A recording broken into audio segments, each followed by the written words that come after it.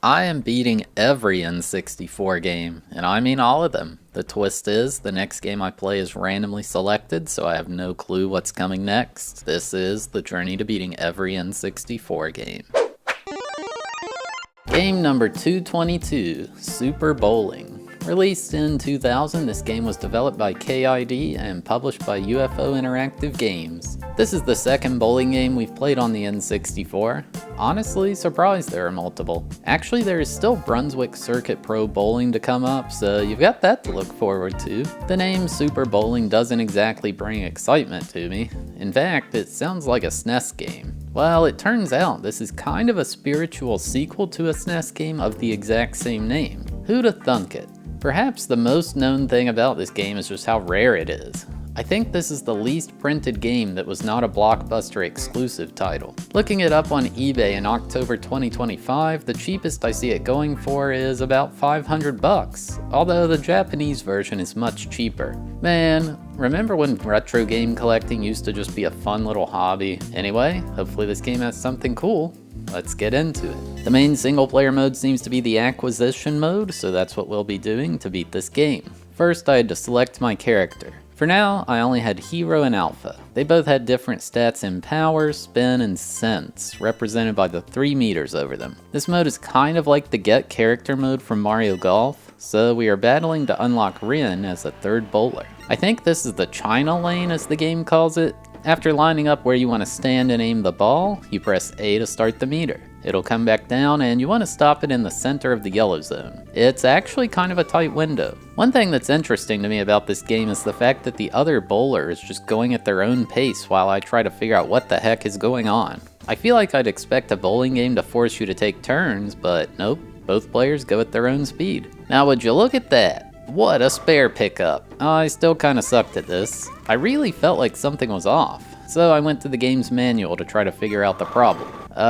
Yeah, I was missing something very important. Before starting the accuracy meter, you move the joystick left and right to adjust spin and move it up and down to adjust power. The blue meter is only an accuracy meter, nothing more. So I had been throwing the ball as light as possible every single time. With this new knowledge, I was able to get a strike. Alright, maybe the game won't be impossible. Unfortunately, I lost because I didn't know how to throw it first. No problem, let's just try again. It's always so cool to pick up a rather difficult spare. I used to go bowling a lot as a kid. I feel like bowling is kind of a dying thing. If you went at night on the weekend, they'd like turn the lights out and have lasers all over the place. It was really fun. So I lost again. Wow, her score was way higher that time. Oh, I guess it's a best of 3 or something like that? Well, I guess I lost completely now. I tried experimenting with spinning the ball. All the pros do it, so it must be good, right? You want to have the ball land on the right side between the front 2 pins. If you curve it into the pocket like that, it's the best chance for a strike. Alright, this time I won! Is it really a best of 3 because she had won the first one? This one is for all the marbles. Or is it all the bowling balls? Big spare here. You love to see it. I took the win 131 to 100 and I'd unlocked Rin. Oh, and I also guessed the China lane? Didn't know we were playing for that, too. May as well move on to the next character. I was playing as Rin now and trying to unlock Fanny. Yeah, that's a fairy I'm going against. One thing I didn't notice is Rin is a lefty. So, yeah, my first roll went directly into the gutter. Or maybe not. It seems like her ball was curving way more was the issue. I guess it has to do with her stats. This was wild to get used to. Or it could be a combination of that and the new lane. According to the manual, the different lanes all have differing wax patterns. For this forest lane, there is no wax applied to it at all. Okay, so here's a downside to both players going at their own pace. If you finish before the CPU does, it doesn't like simulate their throws or whatever. You just have to sit there and wait for them to finish. Now that's annoying. I decided to swap back to Hero because I just could not get the hang of Rin's spin. It curved way too much. I'll take this time to talk about the graphics and audio. The graphics are pretty nice. I mean, this is one of the final N64 games released, so you'd hope they got some pretty decent graphics out of it. The character models are quite detailed, and I think the textures for the lanes are pretty good. The game never experiences any kind of lag or anything like that. It runs super smooth on original hardware. I mean, it's a bowling game, so I'd hope it runs well. For the audio, it plays music while you bowl. There's one for each lane, and I'd say it's alright. Nothing super special, but it's not bad either.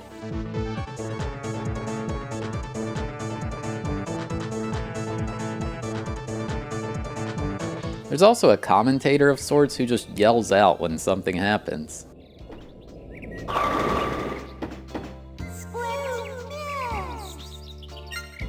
It seems it was less about Ren's curve stat and more about this lane's wax pattern. Even Hero curved too much, so I was just rolling it straight every time. I lost by 5 points in the first match.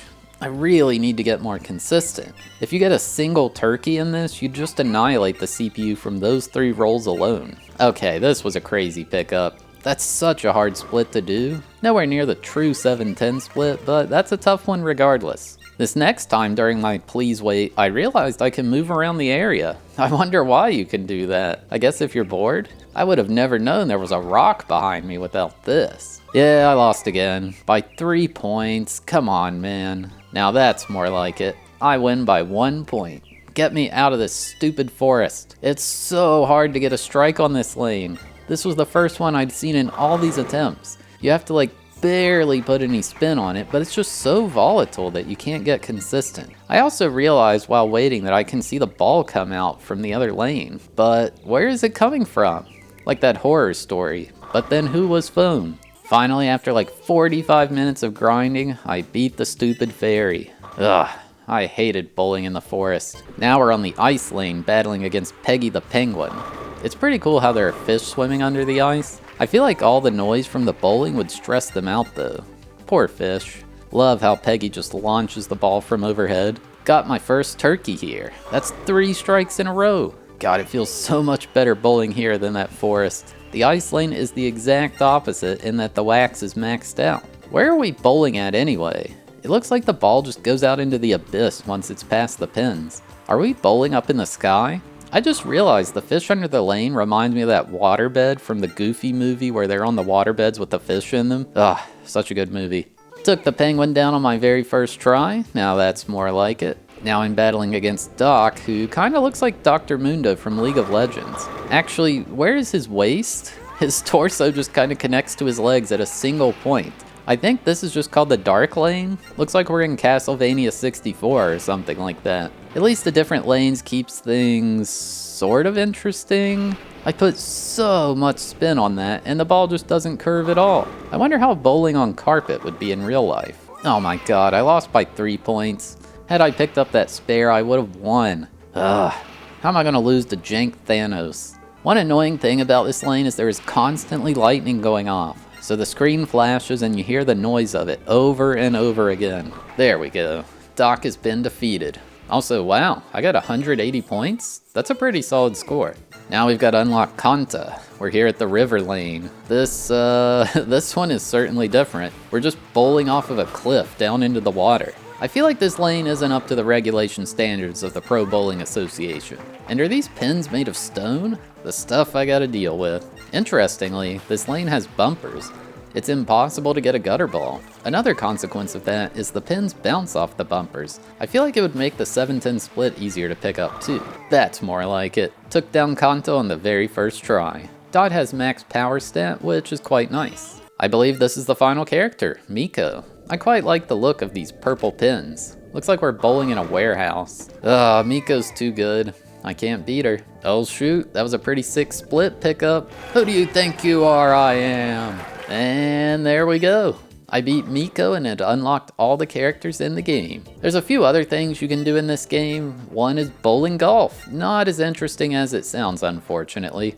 They set the pins in various arrangements and you have a par score to get them down in so many rolls. I mean, it kind of feels different, but a lot of these splits come up in normal play, so it doesn't feel that unique. There's also the challenge mode that presents you with various layouts and... wait, this just sounds like golf. Well, in this one, you have to make them in a single roll every time, and you can only miss, I think, 5 times, then it just kicks you out. Yeah, it's kind of hard to make bowling feel interesting outside of just the normal way to play. Apparently, there's some serious cheese in this game. If you play as Dot, move both arrows all the way to the right, max out the power, no spin, and don't touch the accuracy meter, you get a guaranteed strike. Well, that would have made things a bit easier had I known about it. It only works on lanes with bumpers though. If you get a perfect 300 score, the commentator just says, "Excellent, a perfect game." Bit underwhelming. But yeah, that's about all there is for this one. Game complete. So yeah, there you have it. My journey to beating Super Bowling. It's quite hard to make a bowling game interesting. This has the unique lanes, which changes how the play feels, but only slightly. The characters look cool, and I guess the golf and challenge modes are something to do. It's not quite as fun as Milo's Astro Lanes, although that one wasn't amazing either. It's not great to play, so definitely don't go out and buy this one. That is, unless you're obsessed with collecting every cart. Good luck paying for it though. My personal favorite bowling game is still Elf Bowling. This game wishes it could be that. Still, it's not horrible, but I don't think it's worth playing anytime soon. I gave Super Bowling a 3 out of 10 for enjoyability and a 3.5 out of 10 for difficulty. Alright, thanks for watching. I hope you enjoyed. We had a randomized marble race to determine which game was next, so here's how that played out. Or skip to the timestamp on screen to skip straight to the game selection. Random Track Mountain Pass. 169 nice games on the list. It's a very white level. Oh, this is where we got Power Rangers. We got Morita Shogi 64, Mia Ham Soccer 64, or Big Mountain 2000. Could be any of them, but it will only be one of them. 3, 2, 1, go. Alright. They are off down the pachinko machine, the Taco Bell game where you try to win a burrito, but it's impossible. Nobody ever won on that thing. And Jikyo, oh, Clay Fighter might be the first down. Clay Fighter is the first one out. I believe we'll just play both Clay Fighters back to back, because the second one's the exact same, but with like 2 new characters. We got Clay Fighter NBA Courtside 2, 64 Ozumo, which I think is sumo wrestling. And there are just boulders coming down. NBA Courtside 2 is in danger, runs into the boulder and it explodes, and Clay Fighter takes advantage, passing NBA Courtside 2. We got Aiden Chronicles Majora's Mask right behind. A bit of a big bump there. Will anybody fall off? We still have Clay Fighter in the lead on this incredibly bright course. Don't go snowblind. And I see Mahjong 64 there coming in. 64 Ozumo, Clay Fighter, Mahjong 64, Mario Party 2 as well. Will anybody go for a skip? If you hit the wall fast enough, you could potentially get a skip. It's insanely risky. I would not recommend it. And we got a roadblock here as a boulder crashed onto the track, and that allows Winback to come out in front. And we got some pegs here. Some marbles are going to be losing their race privilege as here we go. Will anybody go for the skip? And Rampage and Castlevania Legacy of Darkness and Glover, all 3 landing that skip, beautifully executed. WCW game as well. Hexen takes the fall, and Rampage World Tour is in the lead by quite a bit. Rampage World Tour, Glover, Castlevania Legacy of Darkness. Rampage is currently in the lead, but Castlevania is surging forward. And we have Castlevania Legacy of Darkness, Rampage World Tour coming through. And there's a couple pegs left. We got the boulders, though, and the boulders create a roadblock, and that's allowing WCW to catch up, trying to come through the outside. Where is Glover? Glover was in contention, waiting on these boulders to despawn. It's a 3-way tie here, and Glover's taking advantage, gets a little bit of a bump, and it appears it's going to be one of these 4 games. We're just waiting on the boulder to despawn, but here comes Worms Armageddon, and Hakuranu Augusta Masters, the golf game. And we're coming through the snow now. WCW, Glover, Castlevania Legacy of Darkness, J-League falls off. Top Gear out of nowhere. And which one's it going to be? Oh, it's the next Top Gear game. Where did Top Gear come from? Unbelievable. I don't believe it. We're playing Top Gear Rally 2. I think Top Gear Rally was like game number 6. So long ago. The next Top Gear game, which is Top Gear Rally 2.